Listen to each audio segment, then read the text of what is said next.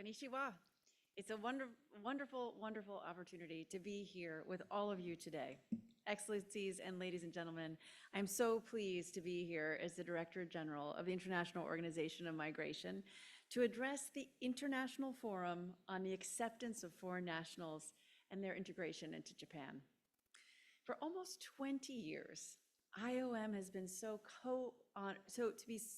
honored to co-host this event with the Ministry of Foreign Affairs. And together we are working to cultivate understanding, acceptance, and the integration of migrants here in Japan to lead to better outcomes for all people.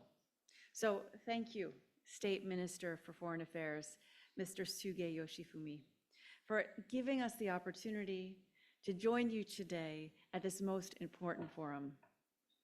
I want to take a few minutes today, first to talk about the complex landscape of migration that we are seeing around the world, and to lay out why migration is so important for prosperity and well-being in virtually every corner of the world.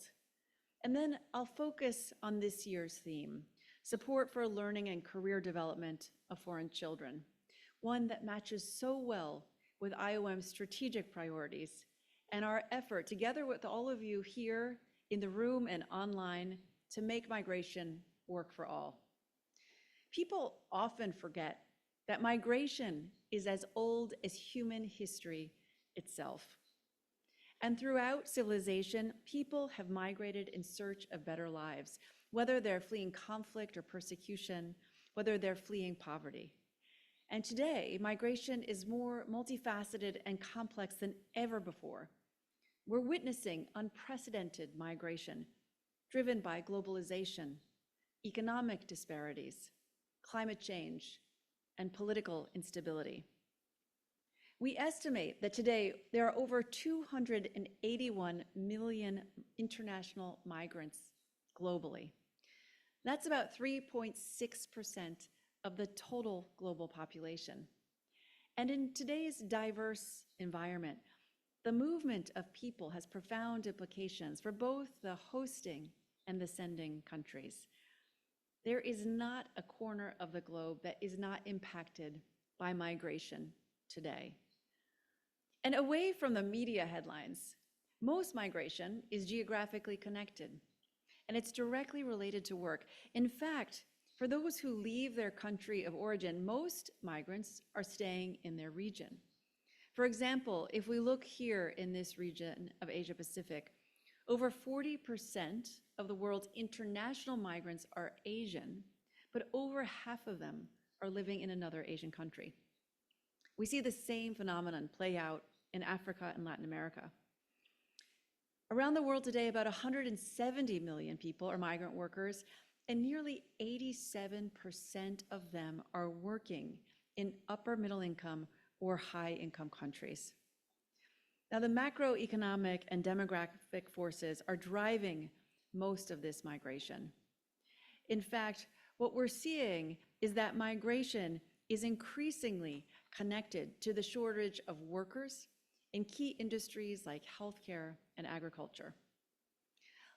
Unfortunately, we are not meeting the demand that now exists in the world today. In fact, just last year, according to a BCG report, 30 of the top economies experienced labor shortages. That cost $1.3 trillion in lost opportunity. And we know, because we see it here in Japan especially, that aging populations are going to exacerbate these labor shortages. Here in Japan and in the Republic of Korea, people over the age of 65 represent nearly 40% of the population. By 2050, that number will be staggering. Someone yesterday referred to it as the disappearing population. Ladies and gentlemen, this is not a phenomenon that we can just watch happen. It's one where we need to be proactively engaged in charting out a course that is strategic and thoughtful, that enables better outcomes for more people. The fact of the matter is, many countries are going to need migrants in order to keep their economies growing. Now, on the flip side of this equation, The world now has the largest youth generation in history. 1.8 billion people are between the ages of 10 and 24, and most of those people live in developing countries. So our goal, collectively, as people who are committed to sustainable development goals for the world, is to enable a better connection between those who are looking for opportunities and those countries where the opportunities exist. And the evidence is overwhelming that when we do this well, migration can be a cornerstone of sustainable development, of prosperity, and progress. And we also know that the way to enable better outcomes for migrants and for the communities who host them is to expand and create regular pathways for migration, to create a stable system that builds public confidence, that protects the rights of the workers, whether they're the migrants themselves or the national workers, to manage migration in an orderly way, and to make it easier to support economic development in the countries the migrants are coming from, as well as the countries that migrants are going to. So the theme of today's forum directly addresses this economic and social and development imperative. As the leading international organization on migration, we at IOM know that education and training activities for migrant children is key to social cohesion. And around the world, it must be a long-term strategic priority that is integral to achieving the Sustainable Development Goals, and not just goal number 4, which is quality education for all. Prioritizing education and career development ensures equality. It breaks down barriers. And investing in migrant education not only helps to address the labor migrant needs, but it propels economic growth through innovation and productivity. Now, it's important when we talk about the issue to recognize that migrants are a diverse group. Sometimes we use the label and we forget that there are individual people behind that label. When we look at the people who are migrating, some of them are actually returning migrants. Some are members of the diaspora community who are coming back to Japan. Others are first or second generation migrants. Some are coming from countries that already have well-developed education systems, while others have had their education disrupted by the very factors that led to their displacement.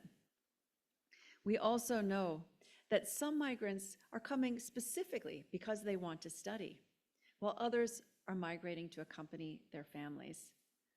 Some migrants are literate in their first language and some are not. So to start the conversation, we must recognize and address the diverse backgrounds and motivations for why people are moving. And we must create an inclusive and supportive educational environment so that all children can succeed.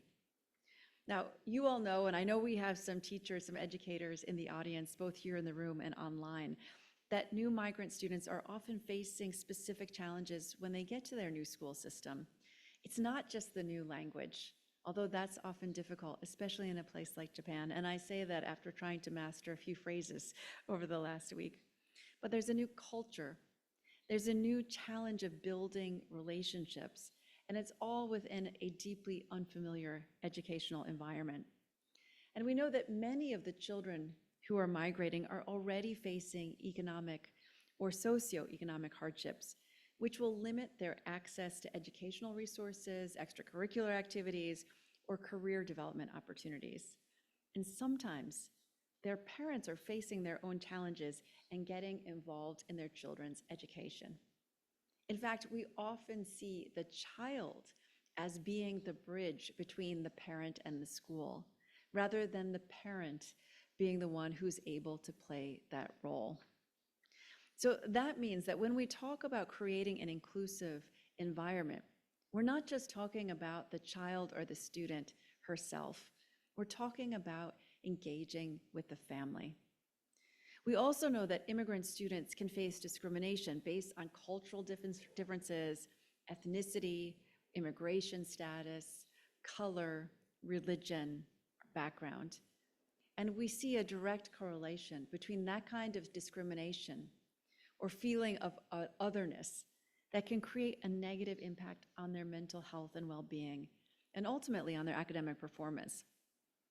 So when we talk about creating a comprehensive and coordinated support for migrant children to enable them to better integrate into the communities in which they're living, we have to have this multifaceted approach, including enhancing language support, training and preparing the teachers who will guide them to work in a multicultural, multilingual, and mixed ability classrooms, and sometimes more than one different language, sometimes multiple different languages at once.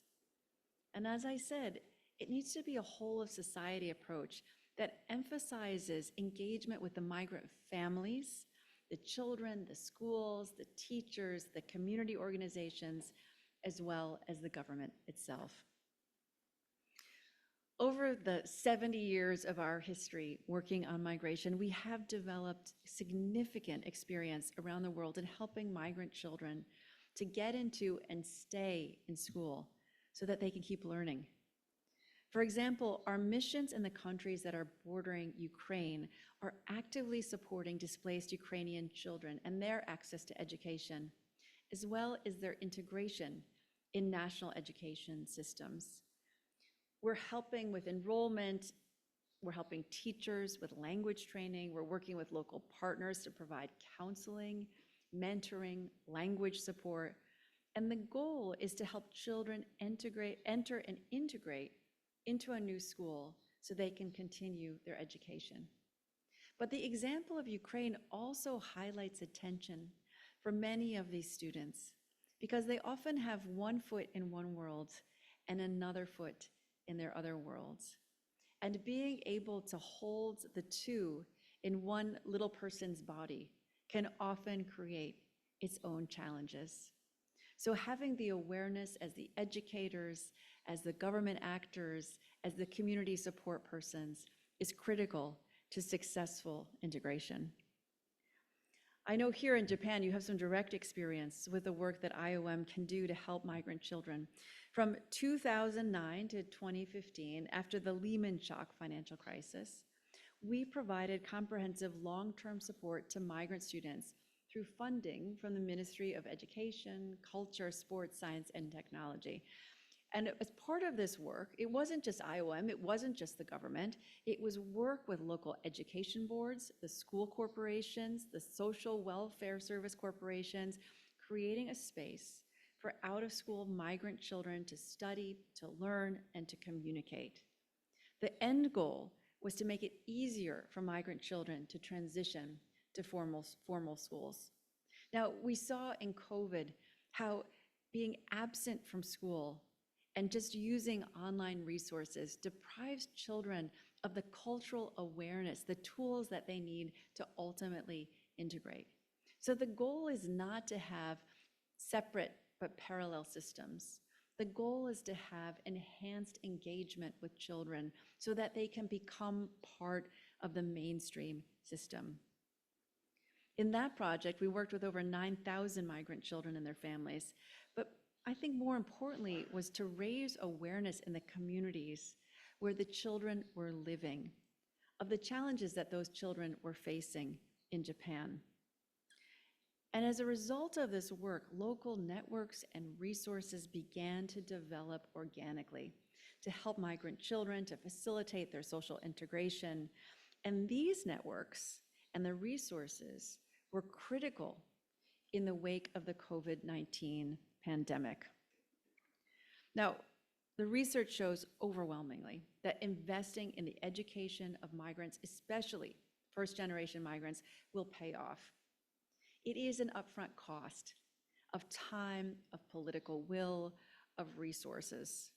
But ultimately, this investment will open doors not just for the migrants, not just for better learning, but also for later employment and better social cohesion. And the investments have to be more than just about schooling. For example, we need to look at how do we help a student transition from school to the labor market? How do we engage in the kind of mentoring they need to be able to access that market? When the transition from education to work goes more smoothly, we see that migrants are better able to contribute their talent and play a bigger role in an inclusive and interconnected community. When we improve access to education, when we smooth that transition from school to work, we are creating a safer and more regular pathway for those who are on the move. And that is not just for the benefit of the migrant herself, but for the community that is hosting that migrant. So we're at a critical moment in history. We know that because of rising conflict, because of the impact of climate change, we are seeing an unprecedented number of people on the move. And if you layer on demographic forces across the world, where you see a demographic deficit across the global north and a demographic dividend across the global south, we're seeing an unprecedented need for the economic benefits that migration will bring. So that means that migration will not be going away anytime soon. And in fact, if we're doing this well, we'll be enabling more safe, regular, orderly migration to meet those needs. So that's why we need your help. That's why this is not a conversation that can just stay in this room or just stay online in this virtual community. We need to rethink how the system works. We need to connect vulnerable people to opportunities, whether it's for work, whether it's for education or family reunification or refugee resettlement. And we need to go a step beyond. We need to ensure that once people are connected, that we are investing in their integration and in their success in their host communities.